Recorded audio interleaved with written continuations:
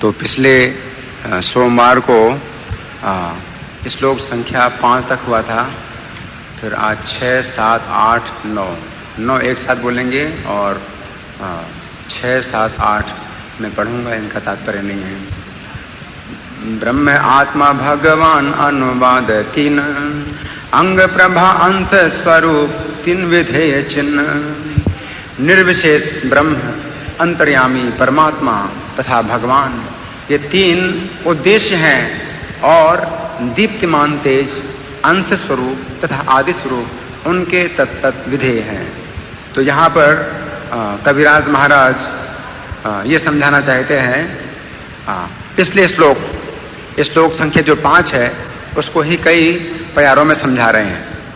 तो वो जो श्लोक संख्या 5 जो पिछले सोमवार को लिखा गया था, उसका ये मतलब था कि जो ब्रह्म ज्योति है वो भगवान के शरीर का तेज है, और जो परमात्मा है वो भगवान के अंश हैं, और 6 ऐश्वर्यों से पूर्ण साक्षात भगवान श्री कृष्ण है जो परम सत्य हैं। अन्य कोई सत्य न उनसे बड़ा है न उनके समान है। तो इस प्यार में वो समझा रहे हैं कि ब्रह्म, परमात्मा और भगवान ये 3 तो उद्देश्य हैं, और दीप्तिमान तेज, अंश स्वरूप तथा आदि स्वरूप ये विधेय है। मतलब उनकी जो विशेषता है, वर्णन है वो ये है। ब्रह्म का वर्णन किया गया है कैसे? भगवान का दीप्तिमान तेज है, और परमात्मा का वर्णन हुआ है कैसे? भगवान के अंश, और श्री कृष्ण साक्षात भगवान के आदि स्वरूप हैं। अनुवाद आगे पाछे विधेय स्थापन, सही अर्थ कही सुन शास्त्र विवरण। विधेय सदैव उद्देश्य के बाद आता है। अब मैं इस श्लोक का अर्थ शास्त्रों के अनुसार बतलाऊंगा। विधेय का मतलब वर्णन, और उद्देश्य का मतलब सबसे पहला जो विषय है ना। तो ब्रह्म भगवान का अंश है, परमात्मा नहीं, माफ करना, ब्रह्म भगवान के शरीर का प्रकाश है, परमात्मा भगवान के अंश हैं, और श्री कृष्ण भगवान के आदि स्वरूप है ना। तो वो विधेय का मतलब वर्णन। स्वयं भगवान कृष्ण विष्णु पर तत्व, पूर्ण ज्ञान पूर्ण आनंद परम महत्व। भगवान के आदि स्वरूप कृष्ण सर्वव्यापी विष्णु तत्व हैं, वे पूर्ण ज्ञान तथा पूर्ण आनंद हैं, वे परम ब्रह्म हैं। अब गाइए। नंद सुत बलि जारे भागवते गाये, सही कृष्ण अवतीर्ण चैतन्य गोसाई। नंद सुत बलि जारे भागवते गाये, सही कृष्ण अवतीर्ण चैतन्य गोसाई। नंद सुत बलि जारे भागवते गाये, सही कृष्ण अवतीर्ण चैतन्य गोसाई। इसमें एक उच्चारण का नियम बताया गया है कि या में जो बिंदु लगी है, तो उसको जा बोलना है, तो यारे को जारे बोलना है। बोलिए राइट। जिससे श्रीमद् भागवत नंद महाराज के पुत्र के रूप में बतलाता है, वही भगवान चैतन्य के रूप में इस पृथ्वी पर अवतरित हुए हैं। तात्पर्य प्रभुपाद जी के द्वारा शिला प्रभुपाद की साहित्य में सक्षम रचना के सिद्धांतों के अनुसार विधेय के पूर्व उद्देश्य आना चाहिए। तो जो हमने पहले बताया, विधेय का मतलब वर्णन, तो वर्णन के पहले उद्देश्य होना चाहिए कि आप किसका वर्णन कर रहे हैं, है कि नहीं। जैसे कि आप कोई प्रवचन दे रहे हैं तो पहले पता होना चाहिए कि आप किस विषय में बोल रहे हैं। नहीं तो होता क्या है कि हम प्रवचन दे रहे हैं और हमें खुद ही पता नहीं कि हम क्या वर्णन कर रहे हैं। तो पहले लक्ष्य होना चाहिए हमारा कि हमें क्या बोलना है कि नहीं तो एक के बाद दूसरी, दूसरे के बाद तीसरी, और पता नहीं चलता कि कहाँ से किस बात से फिर दूसरी बात में आ गए, कुछ पता नहीं चलता है। इसलिए प्रभुपाद जी कहते हैं कि साहित्य की सक्षम रचना के सिद्धांत के अनुसार वैधेय के पूर्व उद्देश्य आना चाहिए। कोई भी साहित्य लिखा जाता है तो जो सक्षम रचना होती है तो उसमें निश्चित होता है पहले कि विषय क्या है ना। आगे वैदिक साहित्य में प्रायः ब्रह्म, परमात्मा तथा भगवान का उल्लेख होता है, अतएव ये तीनों शब्द दिव्य ज्ञान के उद्देश्य कहलाते हैं। तो इनका वर्णन हुआ है ना। तो ये समझो कि वैदिक साहित्य के तीन ही उद्देश्य हैं। क्या है? ब्रह्म, परमात्मा और भगवान। किंतु यह बहुविदित नहीं है कि जिस निर्विशेष ब्रह्म तक पहुंचा जाता है वह श्री चैतन्य महाप्रभु के दिव्य शरीर का तेज है। ये सबको पता नहीं है। इसलिए कृष्णदास कविराज इस विषय पर प्रकाश डाल रहे हैं। तो निर्विशेष ब्रह्म जिसको कि परम सत्य मानते हैं कौन? ज्ञानी लोग। हाँ, लेकिन वास्तव में वो जो है भगवान के शरीर का प्रकाश है। इस बात को सब लोग समझते नहीं। न ही व्यापक रूप से यह भी ज्ञात है कि परमात्मा उन साक्षात भगवान चैतन्य के अंश स्वरूप हैं। तो ये भी पता नहीं सबको। परमात्मा जो सबके हृदय में बैठे हुए हैं, प्रत्येक परमाणु के अंदर विराजमान है।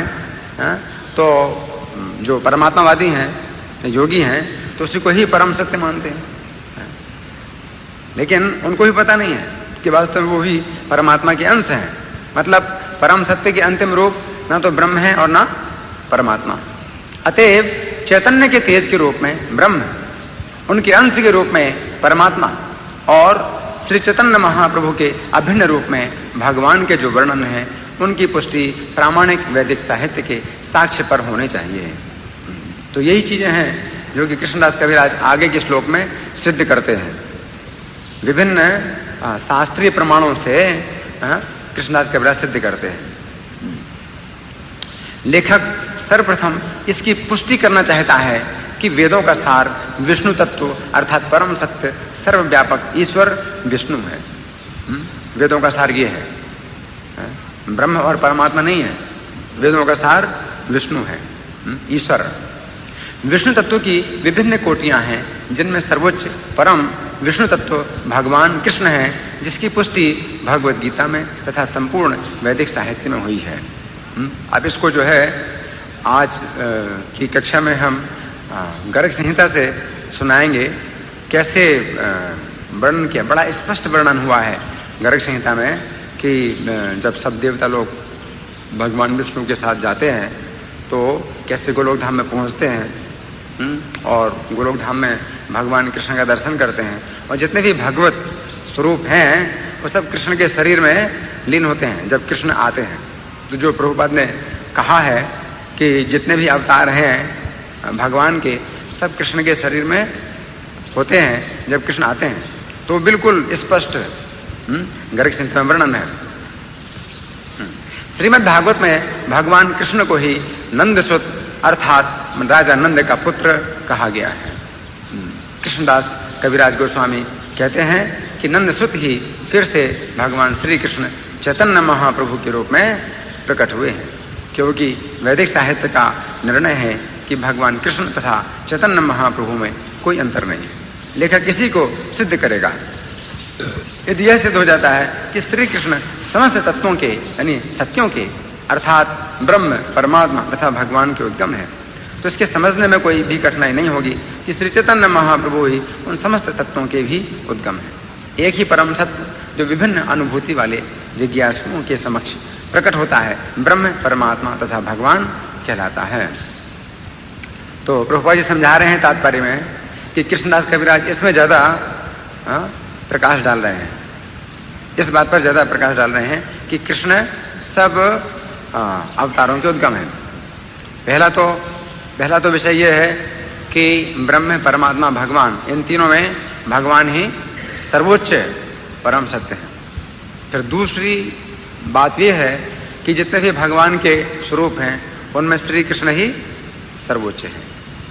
और तीसरी बात क्या है कि जो श्री कृष्ण वही चैतन्य महाप्रभु है। कृष्णदास कविराज इन तीन सत्यों की स्थापना करना चाहते हैं। आगे के जितने भी उदाहरण देंगे वो शास्त्रों से उदाहरण देंगे तो उनमें तीन बातें स्थापित करना चाहते हैं। और प्रभुपाद जी कहते हैं कि वो कृष्णदास कविराज ज्यादा अपनी शक्ति लगा रहे हैं इस बात पर कि कृष्ण को सिद्ध करना चाहते हैं कि सब अवतारों के स्रोत हैं। तो फिर कृष्ण ही चैतन्य महाप्रभु के रूप में आए, इसको स्थापित करने में कोई कठिनाई नहीं है। प्रभुपा जी कह रहे हैं आगे चल करके बहुत से साक्ष्य हैं कि श्री कृष्ण ही साक्षात चैतन्य महाप्रभु हैं, चैतन्य महाप्रभु साक्षात कृष्ण है। लेकिन मुख्य विषय जो है कृष्णदास कविराज का यह है कि कृष्ण की स्थापना करना है कि वे ही भगवान के सर्वोच्च रूप हैं। अब इसमें बहुत विस्तार से वर्णन है भगवान कृष्ण के जन्म का। श्रीमद् भागवत में ये बताया गया है कि जितने देवता हैं वो सब ब्रह्मा जी की सभा में जब उपस्थित थे तो पृथ्वी देवी गाय का रूप धारण करके ब्रह्मा जी की सभा में आई और सब देवताओं के सामने उसने अपना दुख निवेदन किया। इसके बाद श्रीमद् भागवत क्या कहता है कि पृथ्वी देवी, सब देवता और ब्रह्मा जी मिल करके शिव जी के पास आए और शिव जी को भी साथ लेकर गए। यानी सब देवतागण हैं, पृथ्वी देवी हैं, ब्रह्मा जी और शिव जी मिल करके कहाँ आए? क्षीर सागर के तट पर आए। और क्षीर सागर के तट पर उन्होंने पुरुष सूक्त के द्वारा प्रार्थना की तो भगवान विष्णु स्वयं प्रकट नहीं हुए, जबकि और कई स्थानों पर श्रीमद् भागवत में यह वर्णन हुआ है कि भगवान विष्णु प्रकट हुए। जैसे 8वें स्कंद में आता है कि ब्रह्मा जी सब देवताओं को लेकर के जब आए क्षीर सागर तट पर तो भगवान विष्णु प्रकट हुए और भगवान विष्णु साक्षात बातचीत की कि तुम्हें क्या करना है और मैं क्या करूंगा।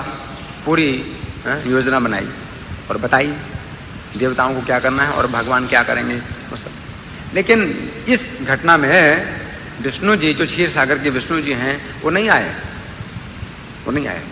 और सुखदेव गोस्वामी ने इस विषय को जो है छिपा दिया, ज्यादा विस्तार नहीं किया। इसका भी कुछ कारण है कि सुखदेव गोस्वामी ने इस विषय को संक्षिप्त कर दिया और क्या कह दिया कि गिरिम समाधो गगने समीरिताम, कि ब्रह्मा जी को समाधि में जो है आवाज सुनाई दी। समाधि के द्वारा ब्रह्मा जी को संदेश प्राप्त हो गया। वसुदेव गृहे साक्षात भगवान पुरुषः परः। तो वसुदेव के घर में, हरे कृष्ण, वसुदेव के घर में साक्षात परम पुरुष भगवान है ना प्रकट होंगे। साक्षात परम पुरुष भगवान मतलब क्षीर सागर के विष्णु नहीं, ये इशारा है कि साक्षात परम पुरुष भगवान वसुदेव के घर में प्रकट होंगे। जनिष्यते तत्प्रियार्थम संभवन्तु कुल स्त्रिया, तो उनकी प्रसन्नता के लिए जो देवताओं की स्त्रियां हैं तो वो जन्म लें।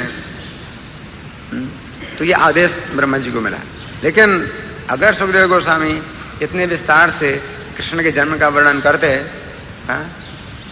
जितना विस्तार से गर्ग संहिता में है, तो क्या होता कि परीक्षित की आयु समाप्त हो गई होती और कृष्ण के पूरे चरित्र का वर्णन नहीं हो पाता, क्योंकि परीक्षित की आयु केवल 7 दिन की थी और उसमें भी श्रीमद् भागवत 9 स्कंद तक सुनाने से 3 दिन या 4 दिन तो निकल गए, है कि नहीं?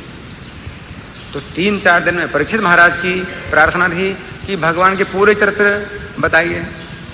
तो भगवान के सब चरित्रों को बताने के लिए सुखदेव गोस्वामी ने बहुत से रहस्य नहीं बताए और संकेत कर दिया, उन रहस्यों का संकेत कर दिया। और उन संकेतों को जो है पकड़ करके जीव गोस्वामी जो है उनको और विस्तार करते हैं, उसका रहस्य उद्घाटन करते हैं। लेकिन सुखदेव गोस्वामी के संकेत भी कम नहीं है, उन संकेतों से भी बहुत गहराई में जाकर के जीव गोस्वामी उन सब रहस्यों को निकालते हैं। लेकिन सुखदेव गोस्वामी ने संकेत इसीलिए दिए क्योंकि वो जो है परीक्षित की जितनी आयु है 2-3 दिन जो बचे हुए हैं उसमें कृष्ण के पूरे चरित्र का वर्णन करना चाहते हैं।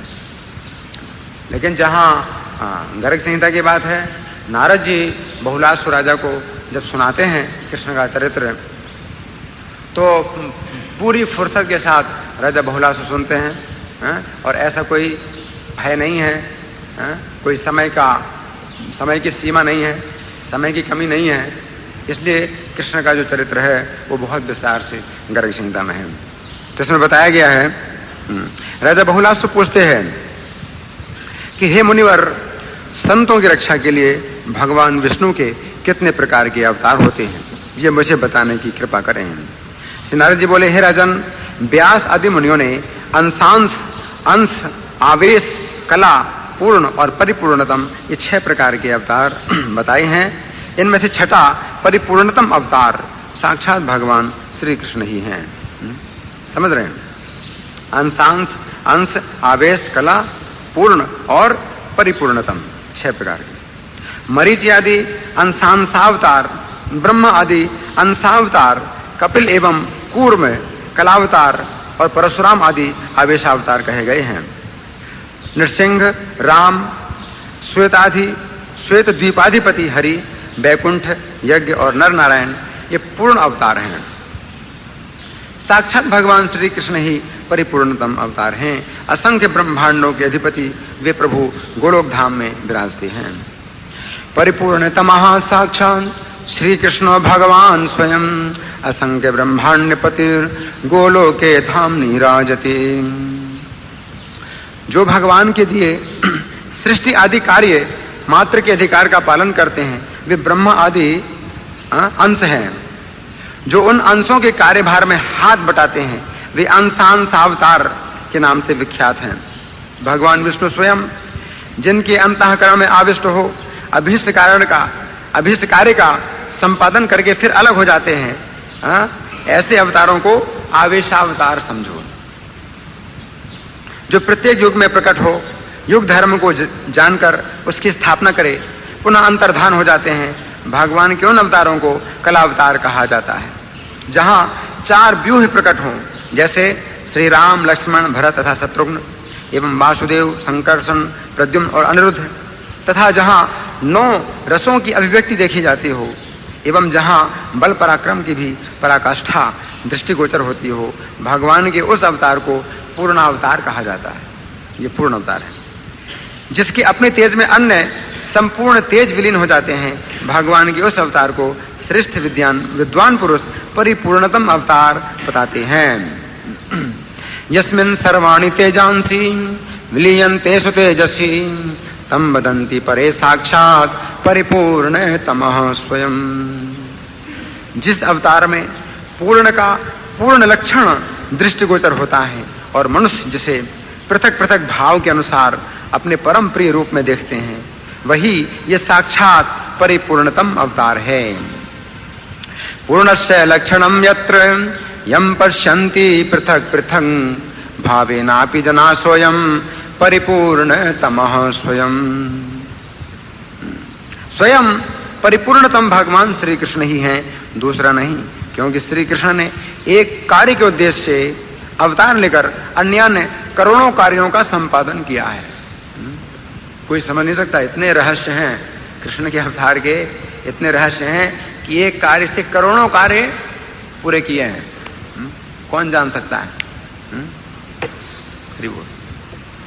कृष्ण जो है एक कार्य से करोड़ों कार्य संपादन करते हैं, है ना?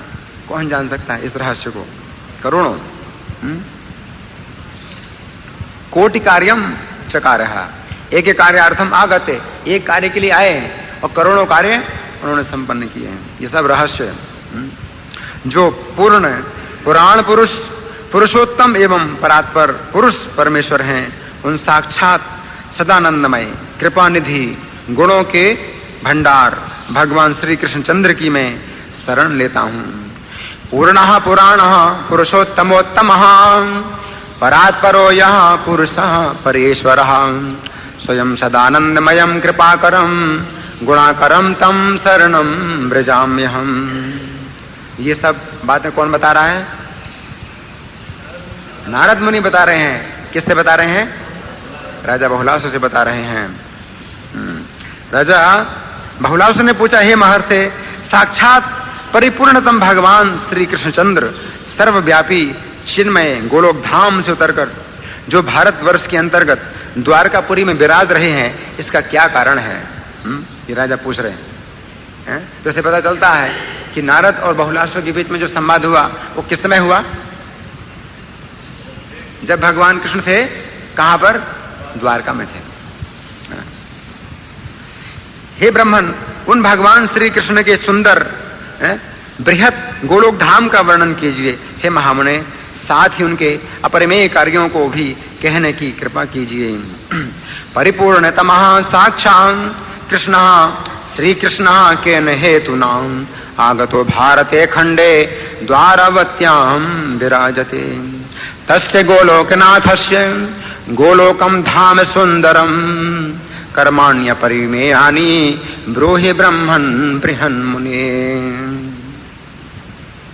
जब मनुष्य तीर्थ यात्रा तथा 100 जन्मों तक उत्तम तपस्या करके उसके फल स्वरूप सत्संग का सुअवसर पाता है, तब वह भगवान श्री कृष्णचंद्र को शीघ्र प्राप्त कर लेता है। तो समझ रहे हैं, श्री कृष्ण की जो कथा है वो कैसे मिलती है?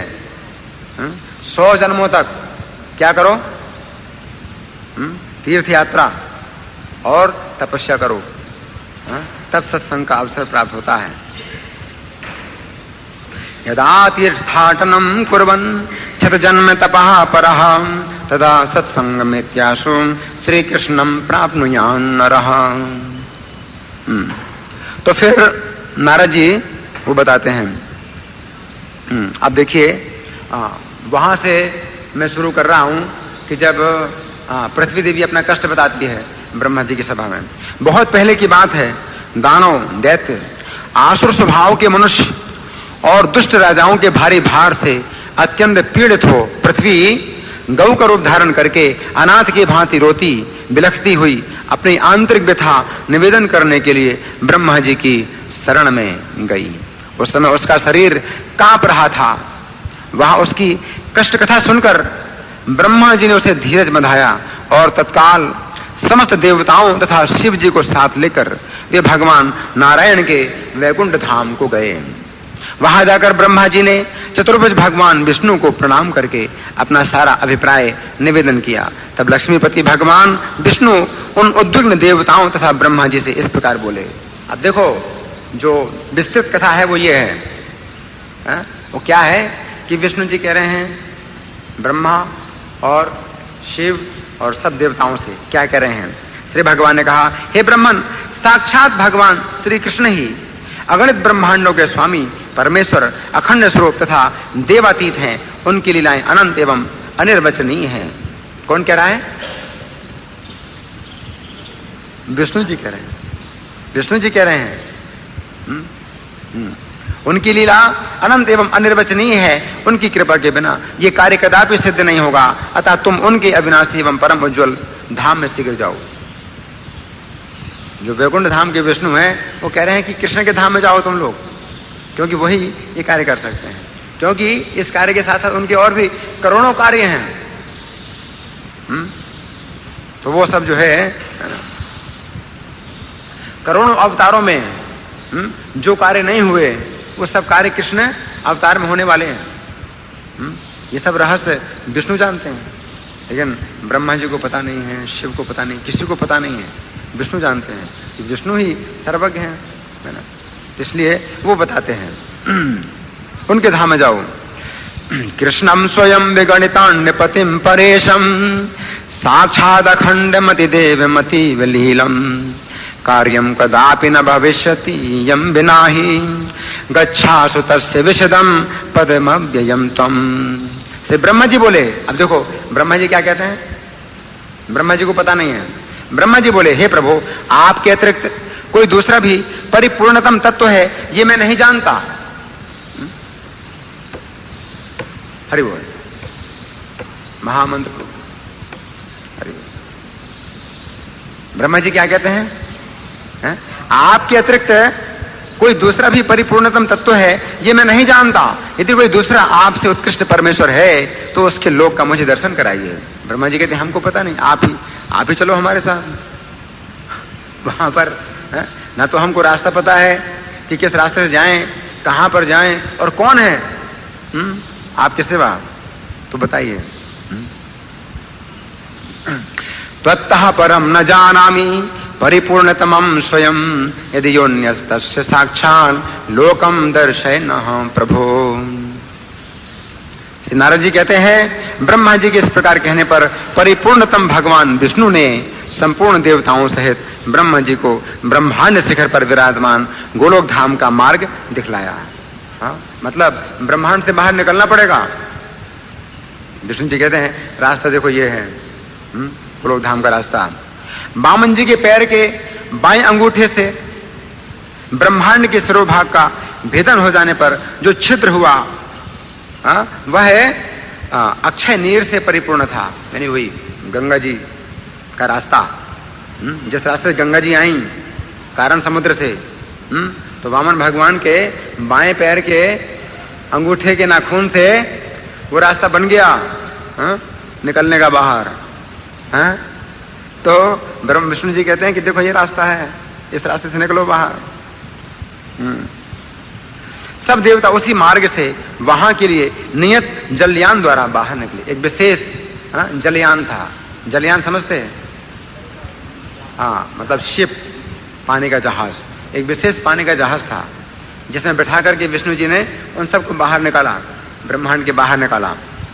वहां ब्रह्मांड के ऊपर पहुंचकर उन सब ने नीचे की ओर उस ब्रह्मांड को कलिंग बिंब यानी तरबूजा की भांति देखा। जब ब्रह्मांड से बाहर निकले सब के सब, तो नीचे देखते हैं तो क्या देखते हैं? एक तरबूजा की तरह पानी में तैर रहा है ब्रह्मांड। समझ रहे? इसके अतिरिक्त अन्य भी बहुत से ब्रह्मांड उसी जल में इंद्रायण फल के सदृश इधर उधर लहरों में लुढ़क रहे थे। इंद्रायण फल मतलब तरबूजा। तरबूजे की तरह बहुत से ब्रह्मांड तैर रहे हैं। वो कौन सा समुद्र है जिसमें कई ब्रह्मांड तैर रहे हैं? कारण समुद्र है।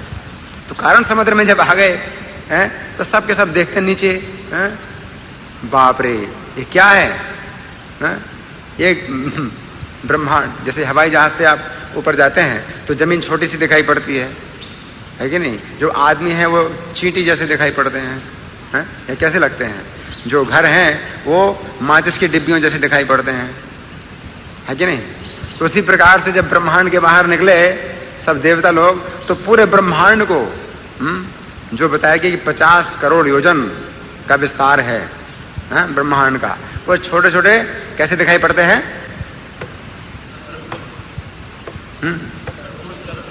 तरबूज के समान दिखाई पड़ते हैं। लहरों में लुढ़क रहे हैं, लहरों में लुढ़क रहे हैं ब्रह्मांड। ये देखकर सब देवताओं को विस्मय हुआ, वे चकित हो गए। वहां से करोड़ों योजन ऊपर 8 नगर मिले जिनके चारों ओर दिव्य चहार दीवारी शोभा बढ़ा रही थी और झुंड के झुंड रत्नमय वृक्षों से उन पुरियों की मनोरमता बढ़ गई थी। रत्न के वृक्ष हैं, रत्नों के मतलब बहुत प्रकाश फैल रहा है, उन पेड़ों से ही प्रकाश फैल रहा है, रत्नों के वृक्ष हैं। वहीं ऊपर देवताओं ने विरजा नदी का सुंदर तट देखा जिससे विरजा की तरंगें टकरा रही थीं। वह तट प्रदेश उज्जवल रेशमी वस्त्र के समान शुभ्र दिखाई देता था। दिव्य मणि के सोपानों से, मणि के सोपान यानी सीढ़ियां, मणि के सोपानों से अत्यंत उद्भासित हो रहा था, यानी बहुत प्रकाश फैल रहा है, मणियों का प्रकाश फैल रहा है। तट की शोभा देखते और आगे बढ़ते हुए वे देवता उस उत्तम नगर में पहुंचे जो अनंत कोटि सूर्यों की ज्योति का महान पुंज जान पड़ता था। उसे देखकर देवताओं की आंखें चौंधिया गईं बिरजा को पार करके, क्योंकि बिरजा नदी गोलोक धाम के चारों तरफ बह रही है, परिखा की समान, परिखा के समान वो बह रही है। उसे देखकर देवताओं की आंखें चौंधिया गईं। वे उस तेज से पराभूत हो जहां के तहां खड़े रह गए। तब भगवान विष्णु की आज्ञा के अनुसार उस तेज को प्रणाम करके ब्रह्मा जी उसका ध्यान करने लगे। अब विष्णु ने आज्ञा दी कि अगर देखना चाहते हो तो क्या करो?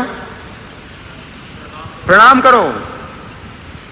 उस तेज के अंदर भी अगर तुम देखना चाहते हो तो प्रणाम करना पड़ेगा, और प्रणाम नहीं करोगे तो उस तेज के अंदर तुम्हें कुछ नहीं दिखाई देने वाला। जैसे भगवान कृष्ण जब सभा में थे, कौरवों की सभा में थे, संधि प्रस्ताव लेकर के आए थे, और दुर्योधन ने कृष्ण को बंदी बनाने का प्रयास किया था। तो कृष्ण ने अपना इतना तेज प्रकट किया कि दुर्योधन और दुशासन और अश्वत्थामा और कर्ण, ये लोग जो है ना कृष्ण को देख नहीं सकते थे, उनकी आंखें चौंधी आ गई। जब देख नहीं पाते तो बंदी कैसे बनाओगे? कृष्ण को बंदी बनाने की चेष्टा कर रहे थे, देख ही नहीं पा रहे तो बंदी कहां से बनाएंगे, कैसे पकड़ेंगे, कैसे छुएंगे कृष्ण को? लेकिन कौन देख रहे थे? भीष्म, द्रोण, है ना, ये लोग देख रहे थे और भगवान की स्तुति कर रहे थे। और धृतराष्ट्र ने प्रार्थना की, हरि बोल, धृतराष्ट्र ने प्रार्थना की कि मुझे भी अपना दर्शन कराइए। समान धवल वर्ण, धवल वर्ण मतलब सफेद वर्ण, धवल वर्ण और 1000 मुख वाले शेष नाग का दर्शन करके सभी देवताओं ने उन्हें प्रणाम किया। वो जो तेज था वो शेष नाग का था। तो शेष नाग को देखा। हे राजन, उन शेष नाग की गोद में महान आलोकमय तथा लोक वंदित गोलोक धाम का दर्शन हुआ। शेष जी की गोद में रखा हुआ है गोलोक धाम, जहां देवताओं के ईश्वर तथा गणनाशीलों में प्रधान काल का भी कोई बस नहीं चलता। तस्योत्संगे महालोको गोलोको लोक वंदिता यत्र कालः कलयताम ईश्वरो धाम मानिनाम। काल का बस नहीं चलता। गीता में भगवान कहते हैं कालः कलयताम अस्मि, गणना करने वालों में काल हूं। काल सबकी गणना कर लेता है, सबकी गिनती कर लेता है एक एक करके, सबको मार करके सबकी गिनती करता है काल। इसलिए भगवान कहते हैं कालः कलयताम अहम, गिनती करने वालों में काल, काल सबकी गिनती कर लेता है एक एक करके, सबको मार करके गिनती करता है। ऐसे 1 2 3 4 सबको मारता है और गिनती करता है काल। तो गिनती करने वालों में काल में हूं। वहां पर काल का कोई बस नहीं है। वहां माया भी अपना प्रभाव नहीं डाल सकती। मन, चित्त, बुद्धि, अहंकार, 16 विकार तथा महातत्व भी वहां प्रवेश नहीं कर सकते। फिर तीनों गुणों के विषय में तो कहना ही क्या है। वहां कामदेव के समान मनोहर रूप लावण्य शालिनी श्याम सुंदर विग्रह श्री कृष्ण पार्षदा, मतलब पार्षद का स्त्रीलिंग पार्षदा है, कृष्ण की पार्षदा यानी स्त्रियां हैं, द्वारपाल का कार्य करती थी। उस गोलोक धाम के जो द्वारपाल हैं वो पुरुष नहीं है, स्त्रियां हैं। श्याम सुंदर विग्रह, देवताओं को द्वार के भीतर जाने के लिए उद्यत देख उन्होंने मना किया, रोक दिया। आप सुन रहे, देवता लोग जब द्वार के भीतर जा रहे हैं तो वो जो द्वारपालिकाएं हैं उन्होंने रोक दिया कि नहीं जा सकते, रोक दिया। तत्र कंदर्प लावण्याम श्याम सुंदर विग्रह द्वारे गंतुम चाभ्युदिता यशेधन कृष्ण पार्षदाम। श्री नारद जी कहते हैं देवताओं की बात सुनकर उन सखियों ने जो श्री कृष्ण की नहीं तब देवता बोले हम सभी ब्रह्मा विष्णु शंकर नाम के लोकपाल और इंद्र आदि देवता हैं, भगवान श्री कृष्ण के दर्शन के लिए यहाँ आए हैं। अपना परिचय दिया। लोकपाल वयम सर्वे ब्रह्म विष्णु महेश्वरा श्री कृष्ण दर्शनार्थाय सक्राद्य आगता इह। श्री नारद जी कहते हैं देवताओं की बात सुनकर उन सखियों ने जो श्री कृष्ण की द्वारपालिकाएं थीं अंतःपुर में जाकर देवताओं की बात कह सुनाई। तब एक सखी जो सतचंद्रानना नाम से विख्यात थी, जिसके वस्त्र पीले थे और हाथ में बेंत की छड़ी लिए थी, बाहर आई और उनसे उनका अभिष्ट प्रयोजन पूछा कि क्या काम है आपको। अंदर से आई और पूछा कि आपको क्या काम है। सतचंद्रानना बोली यहाँ पधारे हुए आप सब देवता किस ब्रह्मांड के निवासी हैं। तो पूछ रहे कौन से ब्रह्मांड से आए हो आप लोग ये शीघ्र बताइए। तब मैं भगवान श्री कृष्ण को सूचित करने के लिए उनके पास जाऊंगी कि आप कौन से ब्रह्मांड से आए हैं आप लोग। कश्याण्डस्याधिपा देवा यूयम सर्वे समागता वदता सो गमिष्यामि तस्मै भगवते ह्यहम्। देवताओं ने कहा अहो यह तो बड़े आश्चर्य की बात है, क्या अन्य ब्रह्मांड भी हैं हमने तो उन्हें कभी नहीं देखा। हे शुभे, हम तो यही जानते हैं कि एक ही ब्रह्मांड है, इसके अतिरिक्त दूसरा कोई है ही नहीं। अहो अंडान्युतान्यानि नास्माभिर्दर्शितानि च एकमंडम प्रजानीमो थोपरम नास्ति नः शुभे। सत्यचंद्रानना बोली, ब्रह्मदेव, ब्रह्मा जी को बड़ा हंसी उड़ा रही है। कहती ब्रह्मदेव, यहाँ तो विरजा नदी में ही करोड़ों ब्रह्मांड इधर उधर लुढ़क रहे हैं उनमें से आप जैसे भी पृथक पृथक देवता निवास करते हैं, यहाँ भी करोड़ों ब्रह्मांड लुढ़क रहे हैं। और कारण समुद्र में अलग है, यहाँ ही करोड़ों ब्रह्मांड लुढ़क रहे हैं। आप जैसे सब ब्रह्मांडों में देवता हैं। अरे क्या आप लोग अपना नाम गांव तक नहीं जानते जान पड़ता है, कभी यहाँ आए नहीं है। अपनी थोड़ी सी जानकारी में ही हर्ष से फूल उठे हैं। जान पड़ता है, कभी घर से बाहर निकले ही नहीं, घर से बाहर निकले नहीं। नाम ग्रामम न जानी थे कदा नात्र समागता जड़ बुद्ध्या प्रहर्षद्वे गृहान्नापि विनिर्गता। जैसे गूलर के फलों में रहने वाले कीड़े जिस फल में रहते हैं उसके सिवा दूसरे को नहीं जानते। गूलर के फल के अंदर होते हैं, गूलर का फल चारों तरफ से बंद रहता है और जब आप तोड़ते हो तो बहुत कीड़े निकलते हैं उसमें। ऐसे आप लोग उस एक ब्रह्मांड के अंदर रहने वाले कीड़े हो। आपको पता नहीं इतनी बड़ी दुनिया, पता ही नहीं कीड़े फल के बाहर कितनी बड़ी दुनिया है उसी प्रकार आप जैसे साधारण जन जिसमें उत्पन्न होते हैं उसी एकमात्र उसी को ब्रह्मांड समझते हैं। ब्रह्मांड में कम जानन्ति यत्र जाता तथा जनाम मस्का चैथान तस्था औदुम्बर फले सुवै। नारद जी कहते हैं, हे राजन, इस प्रकार उपहास के पात्र बने हुए सब देवता चुपचाप खड़े रहे। बड़ी हंसी हो रही है, इसलिए सब हक्का बक्का खड़े हैं। कुछ बोल नहीं सके। उन्हें चकित से देखकर भगवान विष्णु ने कहा, भगवान विष्णु हैं एकमात्र वहां समझदार जो बोल सकते हैं कुछ है। अब कौन से ब्रह्मांड से हैं, क्या बोले वो? सब हक्का बक्का खड़े हैं, एक दूसरे का मुंह देख रहे हैं। तो भगवान विष्णु जानते हैं ना, वो सब जानते हैं। तो वो बोले,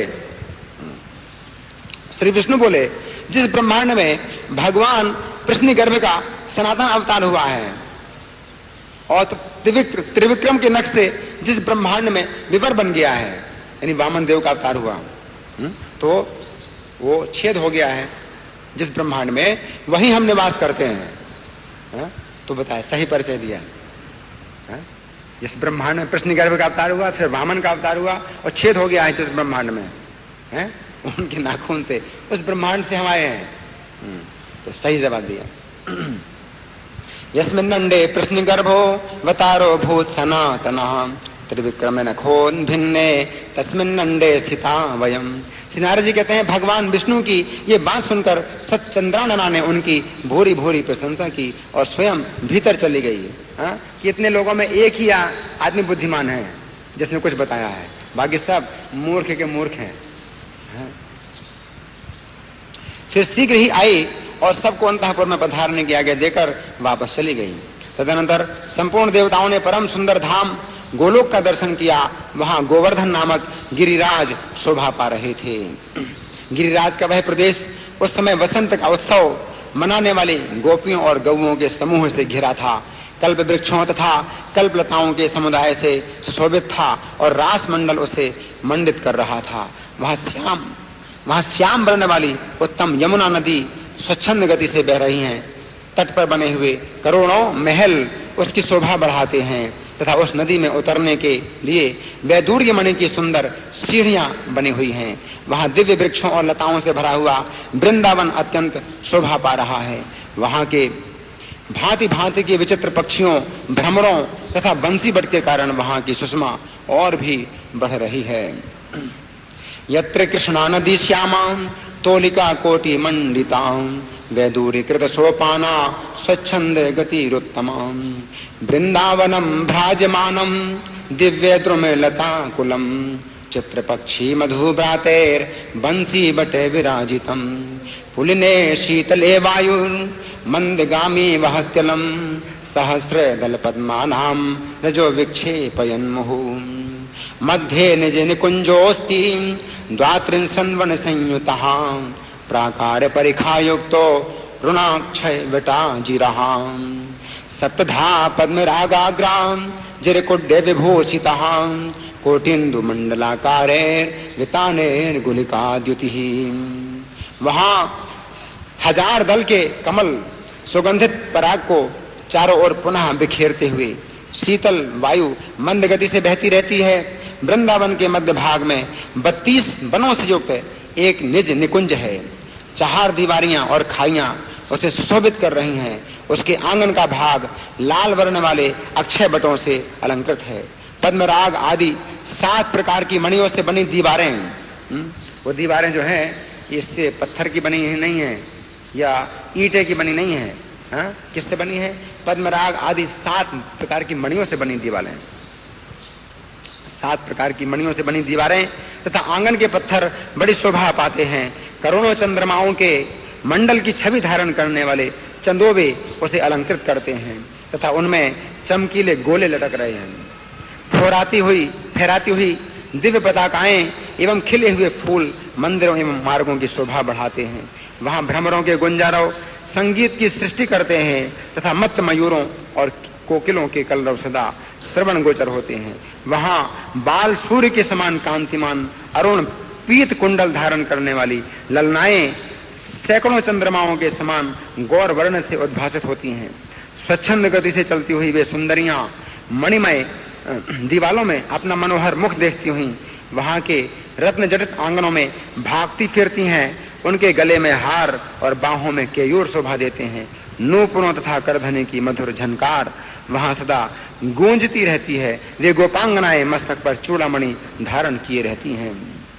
पतत्पता के दिव्याभय पुष्प मंदिर वर्तम भी जाते भ्रमर संगीतो मत्ते बरही पिकस सुनः बालार के कुंडल धरा सतचंद्र प्रभा स्त्रियः स्वच्छंद गतियो रत्न पश्यन्तः सुंदरम मुखम रत्नाजरे सुधावन्त्यो हार केयूर भूषिता कुरन्नूपुर किंकिण्यस चूड़ामणि विराजिता कोटिशः कोटिशो गावो द्वारि द्वारि मनोहरा श्वेत पर्वत संकाशा दिव्य भूषण भूषिता पयशून्य तरुण्यश्च शील रूप गुणैर्युता सवत्सा पीत पुच्छाश्च मृजन्त्यो भव्य मूर्तिका। वह द्वार द्वार पर कोटि कोटि मनोहर गौओं के दर्शन होते हैं। वे गौएं दिव्य आभूषणों से विभूषित होने से सफेद पहाड़ के समान प्रतीत होती हैं। सबके सब दूध देने वाली तथा नई अवस्था की हैं। वे सुशीला सुरुचा तथा सद्गुणवती हैं। सभी बछड़ों के सहित पीली पूंछ वाली हैं। ऐसी भव्य रूप वाली गौएं वहां सब ओर विचर रही हैं। उनके घंटों तथा मंजीरों से मधुर ध्वनि होती रहती है। किंकिणी जालों से विभूषित उन गौओं के सींगों में सोना मढ़ा रहता है। वे सोने के तुल्य हार एवं मालाएं धारण करती हैं। उनके अंगों से प्रभा छिटकती रहती है। सभी गौएं भिन्न भिन्न रंग वाली हैं। कोई उजली, कोई काली, कोई पीली, कोई लाल, कोई हरी, कोई तांबे के रंग की और कोई चितकबरे रंग की हैं। किन्हीं किन्हीं का वर्ण धुएं जैसा है। बहुत सी कोयल के समान काली हैं। दूध देने में समुद्र की तुलना करने वाली हैं। दूध देने में समुद्र की तुलना करने वाली उन गायों के शरीर पर तरुणियों के हाथ के चिन्ह शोभित हैं, अर्थात युवतियों के हाथों के रंगीन छापे दिए हुए हैं। हिरण के समान छलांग भरने वाले बछड़ों से उनकी अधिक शोभा बढ़ जाती है। घंटा मंजीर संलावा किंकिणी जाल मंडिता हेम श्रृंगो हेम तुल्य हारा हार माला स्फुरत प्रभा पाटला हरिता ताम्रा पीता श्यामा विचित्रिता धूम्रा कोकिल वर्णाश्च यत्र गावस्त्वनेकधा समुद्रवत् दुग्धदाश्च तरुणीकर चिन्हिता कुरंगवन् विलंघनभिर् गोवत्सैर्मण्डिता शुभा यतस्ततश्चलन्तश्च गोगणेषु महावृषा दीर्घकन्धर श्रृंगाढ्या यत्र धर्मे धुरन्धरा गोपाला वेत्र हस्ताश्च श्यामा बंसीधरा परा कृष्ण लीलाम प्रगायन्तो रागैर्मदन मोहने इत्थम निज निकुंजम तम नत्वा मध्ये गता सुरा ज्योतिषाम मंडलम पद्मम सहस्रे दल शोभितम तदूर्ध्वम षोडश दलम ततोष्ट दल पंकजम तस्योपरि स्फुरद दीर्घम सोपानत्रय मंडितम। गायों के झुंड में विशाल शरीर वाले सांड भी इधर उधर घूम रहे हैं। उनकी लंबी गर्दन और बड़े बड़े सींग हैं। उन सांडों को सांड समझते हैं, बड़े बैल, उन सांडों को साक्षात धर्म धुरंधर कहा जाता है। गौओं की रक्षा करने वाले चरवाहे भी अनेक हैं। उनमें से कुछ तो हाथ में बेत की छड़ी लिए हुए हैं और दूसरों के हाथों में सुंदर बांसुरी शोभा पाती है। उन सब के शरीर का रंग श्याम है। वे भगवान श्री कृष्णचंद्र की लीलाएं ऐसे मधुर स्वरों में गाते हैं कि उसे सुनकर कामदेव भी मोहित हो जाता है। उस दिव्य निज निकुंज को संपूर्ण देवताओं ने प्रणाम किया और भीतर चले गए। सब देवताओं ने प्रणाम किया और भीतर गए। अब और भीतर क्या देखते हैं? ये तो सब रास्ते में देखा है, ये सब रास्ता है। अब भीतर गए, वहां उन्हें 1000 दल वाला एक बहुत बड़ा कमल दिखाई पड़ा। उसके अंदर 1000 दल वाला एक कमल दिखाई पड़ा। वह ऐसा सुशोभित था मानो प्रकाश का पुंज हो। उसके ऊपर एक 16 दल का कमल है। 1000 दल के कमल के ऊपर 16 दल का कमल है और उसके ऊपर 8 दल वाला कमल है। समझ रहे हैं? 1000 दल के कमल के ऊपर 16 दल का कमल, उसके ऊपर 8 दल का कमल है। उसके ऊपर चमचमाता हुआ एक ऊंचा सिंहासन है। 3 सीढ़ियां हैं उसमें। उस सिंहासन में 3 सीढ़ियां हैं। मतलब देखो कितना विवरण है गोलोक धाम का। मतलब क्या कोई ऐसी कल्पना कर सकता है? इतना विवरण। 3 सीढ़ियों से संपन्न वह परम दिव्य सिंहासन कौस्तुभ मणियों से जटित होकर अनुपम शोभा पाता है। वो सीढ़ियां कौस्तुभ मणि की बनी है। सोचो, कृष्ण के सिंहासन की सीढ़ियां कौस्तुभ मणि से बनी है, जबकि एक विष्णु के पास ही कौस्तुभ मणि है और किसी के पास नहीं है। वैकुंठ धाम में जितने भी निवासी हैं सब विष्णु जैसे हैं। विष्णु की एक विशेषता है कि उनके गले में कौस्तुभ मणि है, लेकिन कृष्ण के सिंहासन की सीढ़ियां ही बनी है कौस्तुभ मणि की। सोचो क्या ऐश्वर्य है कृष्ण का। कृष्ण के ऐश्वर्य की आप बात सोचो कि क्या ऐश्वर्य है। उनके सिंहासन की जो 3 सीढ़ियां हैं वो पूरी कौस्तुभ मणि से बनी हुई हैं। उसी पर भगवान श्री कृष्णचंद्र श्री राधिका जी के साथ विराजमान है। ऐसी झांकी उन समस्त देवताओं को मिली। वे युगल रूप भगवान मोहिनी आदि 8 दिव्य सखियों से समन्वित तथा श्री दामा आदि 8 गोपालों के द्वारा सेवित हैं। उनके ऊपर हंस के समान सफेद रंग के पंखे झले जा रहे हैं और हीरों से बनी मूठ वाले चमर डुलाए जा रहे हैं। भगवान की सेवा में करोड़ों ऐसे छत्र प्रस्तुत हैं जो करोड़ों चंद्रमा की प्रभा से तुलित हो सकते हैं। एक चंद्रमा तो क्या है, कुछ नहीं है। करोड़ों चंद्रमा जैसे छत्र हैं वहां पर। भगवान श्री कृष्ण के वाम भाग में विराजित श्री राधिका जी से उनकी बाईं भुजा सुशोभित है। भगवान ने स्वेच्छा पूर्वक अपने दाहिने पैर को टेढ़ा कर रखा है। वे हाथ में बांसुरी धारण किए हुए हैं। उन्होंने मनोहर मुस्कान से भरे मुखमंडल और भ्रुकुटी विलास से अनेक कामदेवों को मोहित कर रखा है। उन श्री हरि की मेघ के समान श्यामल कांति है। कमल दल की भांति बड़ी विशाल उनकी आंखें हैं। घुटनों तक लंबी बड़ी भुजाओं वाले वे प्रभु अत्यंत पीले वस्त्र पहने हुए हैं। भगवान गले में सुंदर वनमाला धारण किए हुए हैं, जिस पर वृंदावन में विचरण करने वाले मतवाले भ्रमरों की गुंजार हो रही है। वे पैरों में घुंघरू और हाथों में कंकण की छटा छिटका रहे हैं। अति सुंदर मुस्कान मन को मोहित कर रही है। श्रीवत्स का चिन्ह, बहुमूल्य रत्नों से बने हुए किरीट, कुंडल, बाजूबंद और हार यथास्थान भगवान की शोभा बढ़ा रहे हैं। भगवान श्री कृष्ण के ऐसे दिव्य दर्शन प्राप्त करके संपूर्ण देवता आनंद के समुद्र में गोता खाने लगे। अत्यंत हर्ष के कारण उनकी आंखों से आंसुओं की धारा बह चली। तब संपूर्ण देवताओं ने हाथ जोड़कर विनीत भाव से उन परम पुरुष श्री कृष्णचंद्र को प्रणाम किया।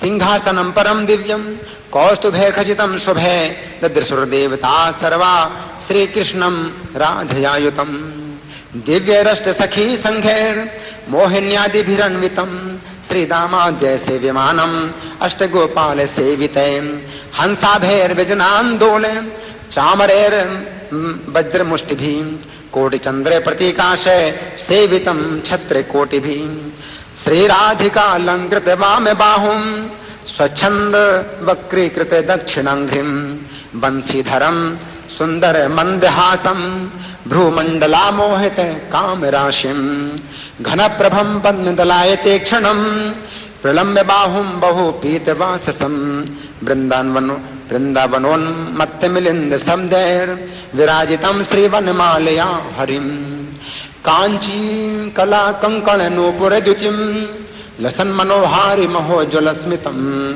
श्रीवत्सरत्नोत्तम कुंतल स्त्रियम किरीट हारांगद कुंडलत्विसम दृष्ट्वा तमानंद समुद्रमग्नवन प्रहर्षिताश्चाश्रुकला कुलेक्षणा ततः सुरा प्रांजलयो नतानना ने मुरमुरारिम पुरुषम परायणम इति श्रीमद् गर्ग संहितायां गोलोक खंडे नारद बहुलासु संवादे श्री गोलोक धाम वर्णनम नाम द्वितीय अध्याय। ये दूसरा अध्याय गोलोक धाम का वर्णन है। इसके बाद सुनिए क्या घटना हुई।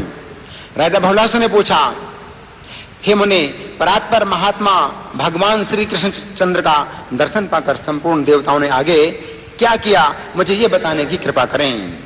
श्री नारद जी कहते हैं, हे राजन, उस समय सबके देखते देखते अष्टभुजाधारी बैकुंठ अधिपति भगवान श्री हरि उठे। सुनो ध्यान से, अब क्या हुआ।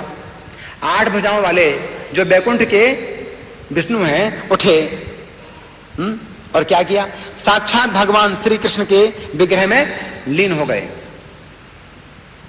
8 भुजाओं वाले जो विष्णु हैं साक्षात कृष्ण के विग्रह में लीन हो गए।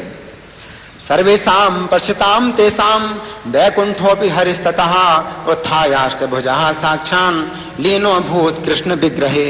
उसी समय करोड़ों सूर्यों के समान तेजस्वी प्रचंड पराक्रमी पूर्ण स्वरूप भगवान नरसिंह जी पधारे। कौन? नरसिंह भगवान, करोड़ों सूर्यों के समान तेजस्वी, और भगवान श्री कृष्ण के तेज में वे भी समा गए। तदेव चागतः पूर्णो नृसिंहश्चंड विक्रमः कोटि सूर्य प्रतीकाशो लीनो भूत कृष्ण तेजसी। इसके बाद 1000 भुजाओं से सुशोभित श्वेत द्वीप के स्वामी विराट पुरुष, जिनके सफेद रथ में सफेद रंग के 1 लाख घोड़े जोते हुए थे। 1000 भुजाओं वाले जो विष्णु हैं, जिनके सफेद रथ में 1 लाख सफेद घोड़े जोते हुए थे, उस रथ पर आरूढ़ होकर वहां आए। उनके साथ श्री लक्ष्मी जी भी थीं। अनेक प्रकार के अपने आयुधों से संपन्न थे। पार्षद चारों ओर से उनकी सेवा में उपस्थित थे। वे भगवान भी उसी समय श्री कृष्ण के श्री विग्रह में सहसा प्रविष्ट हो गए। रथे लक्ष्य हये शुभ्रे इस रश्चागतवान् ततः श्वेतद्वीपाधिपो भूमा सहस्र भुज मंडिता श्रियायुक्तः स्वायुधाढ्यः पार्षदे परिसेवितः संप्रणीनो बभूवाशु सोपि श्री कृष्ण विग्रहे। फिर पूर्ण स्वरूप कमलोचन भगवान श्री राम स्वयं वहां पधारे। अब कौन आए? श्री राम। उनके हाथ में धनुष और बाण थे तथा साथ में श्री सीता जी और भरत आदि तीनों भाई भी थे। उनका दिव्य रथ 10 करोड़ सूर्यों के समान प्रकाशमान था। उस पर निरंतर चमर डुलाए जा रहे थे। असंख्य बानर युद्धपति उनकी रक्षा के कार्य में संलग्न थे। बानरों के युद्धपति रक्षा कर रहे थे। उस रथ के 1 लाख चक्कों से मेघों की गर्जना के समान गंभीर ध्वनि निकल रही थी। 1 लाख पहिए हैं उस रथ के।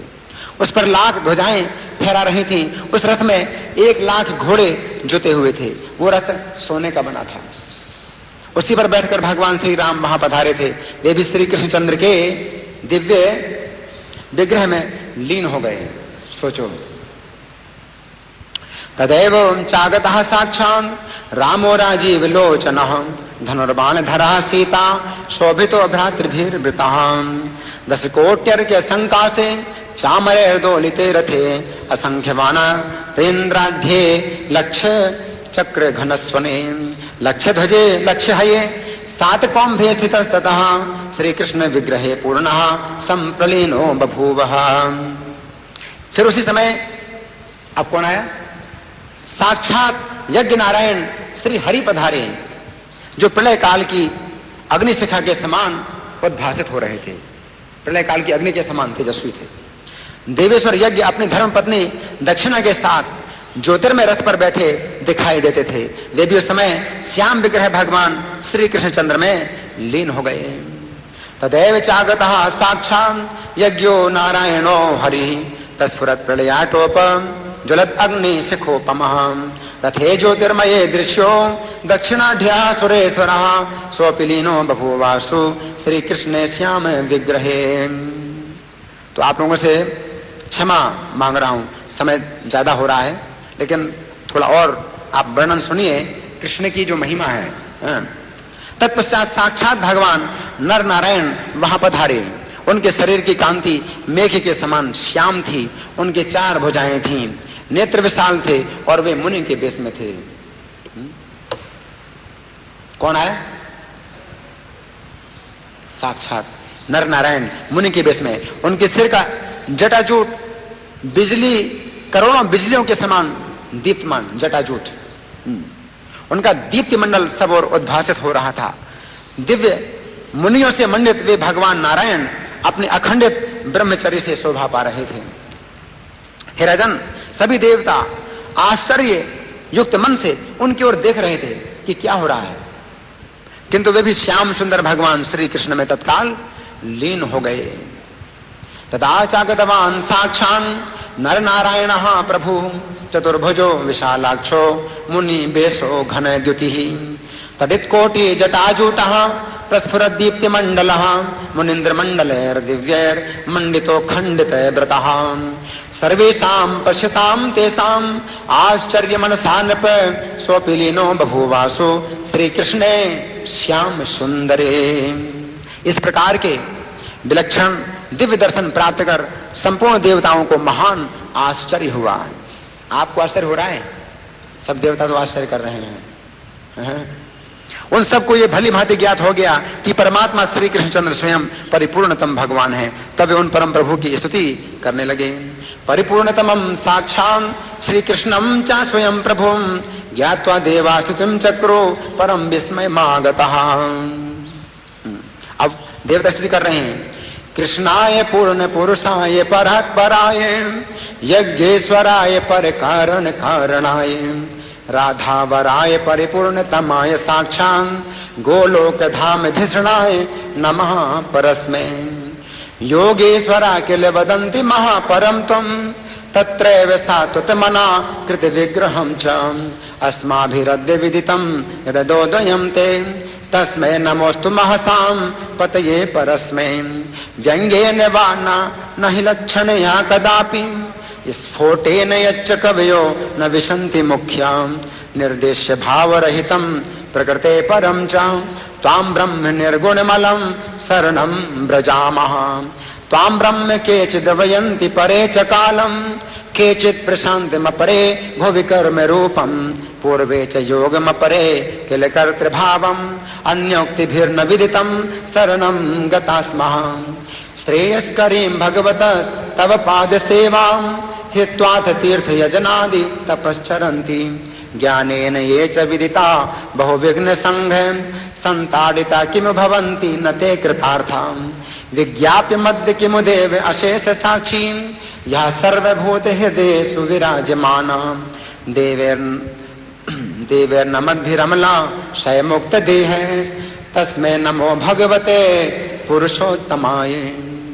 यो राधिका हृदय सुंदर चंद्रहारः श्री गोपिका नयन जीवन मूलहारः गोलोक धाम धिषण ध्वज आदि देवा स्वतम विपत्सु विबुधान परिपाहि पाहि वृंदावनेश गिरिराज पते ब्रजेश गोपाल वेश कृत नित्य विहार लीला राधा पते श्रुतिधराधिपते धराम तम गोवर्धनोद्धरण उद्धर धर्म धाराम। देवता बोले, जो भगवान श्री कृष्णचंद्र पूर्ण पुरुष, पर से भी पर, यज्ञों के स्वामी, कारण के भी परम कारण, परिपूर्णतम परमात्मा और साक्षात गोलोक धाम के अधिवासी हैं, उन परम पुरुष श्री राधावर को हम सादर नमस्कार करते हैं। योगेश्वर लोग कहते हैं कि आप परम तेजापुंज हैं, शुद्ध अंतःकरण वाले भक्तजन ऐसा मानते हैं कि आप लीला विग्रह धारण करने वाले अवतारी पुरुष हैं। परंतु हम लोगों ने आज आपके जिस स्वरूप को जाना है वह अद्वैत, सबसे अभिन्न, एक तथा अद्वितीय है। अतः आप महत्तम तत्व एवं महात्माओं के भी अधिपति हैं। आप पर ब्रह्म परमेश्वर को हमारा नमस्कार है। कितने विद्वानों ने व्यंजना, लक्षणा और स्फोट द्वारा आपको जानना चाहा, किंतु फिर भी वे आपको पहचान नहीं सके, क्योंकि आप निर्दिष्ट भाव से रहित हैं। अतः माया से निर्लेप आप निर्गुण ब्रह्म की हम शरण ग्रहण करते हैं। किन्हीं ने आपको ब्रह्म माना है, कुछ दूसरे लोग आपको काल कहते हैं। कितनों की धारणा है कि आप शुद्ध प्रशांत स्वरूप हैं, तथा कतिपय मीमांसक लोगों ने यह माना है कि पृथ्वी पर आप कर्म रूप से विराजमान हैं। कुछ प्राचीनों ने योग नाम से, कुछ ने कर्ता रूप में आपको स्वीकार किया है। इस प्रकार सबकी परस्पर विभिन्न उक्तियां हैं, अतः कोई भी आपको वस्तुतः नहीं जान सका। अतः आप भगवान की हमने शरण ग्रहण की है। हे भगवान, आपके श्री चरणों की सेवा अनेक कल्याणों को देने वाली है। जो उसे छोड़कर तीर्थ, यज्ञ और तप का आचरण करते हैं अथवा ज्ञान के द्वारा जो प्रसिद्ध हो गए हैं, उन्हें बहुत से विघ्नों का सामना करना पड़ता है, वे सफलता प्राप्त नहीं कर सकते। हे भगवान, अब हम आपसे क्या निवेदन करें? आपसे तो कोई भी बात छिपी नहीं है, क्योंकि आप चराचर मात्र के भीतर विद्यमान हैं, जो शुद्ध अंतःकरण वाले एवं देह बंधन से मुक्त हैं। देवता भी आपको नमस्कार करते हैं। ऐसे आप पुरुषोत्तम भगवान को हमारा प्रणाम है, जो श्री राधिका जी के हृदय को सुशोभित करने वाले चंद्रहार हैं, जो गोपियों के नेत्र और जीवन के मूल आधार हैं, तथा ध्वजा की भांति गोलोक धाम को अलंकृत कर रहे हैं। वे आदिदेव भगवान, आप संकट में पड़े हुए हम देवताओं की रक्षा करें, रक्षा करें। हे भगवान, आप वृंदावन के स्वामी हैं, गिरिराजपति भी कहलाते हैं। आप ब्रज के अधिनायक हैं। गोपाल के रूप में अवतार धारण करके आप अनेक प्रकार की नित्य विहार लीलाएं करते हैं। श्री राधिका जी के प्राण वल्लभ एवं श्रुतिधरों के भी आप स्वामी हैं। आप ही गोवर्धन धारी हैं। अब आप धर्म के भार को धारण करने वाली इस पृथ्वी का उद्धार करने की कृपा करें। तो बहुत आगे भी कृष्ण की महिमा, थोड़ा सा एक दिग्दर्शन कराया हमने। श्री चैतन्य चरितामृत की, जगत गुरु शिला प्रभुपाद की।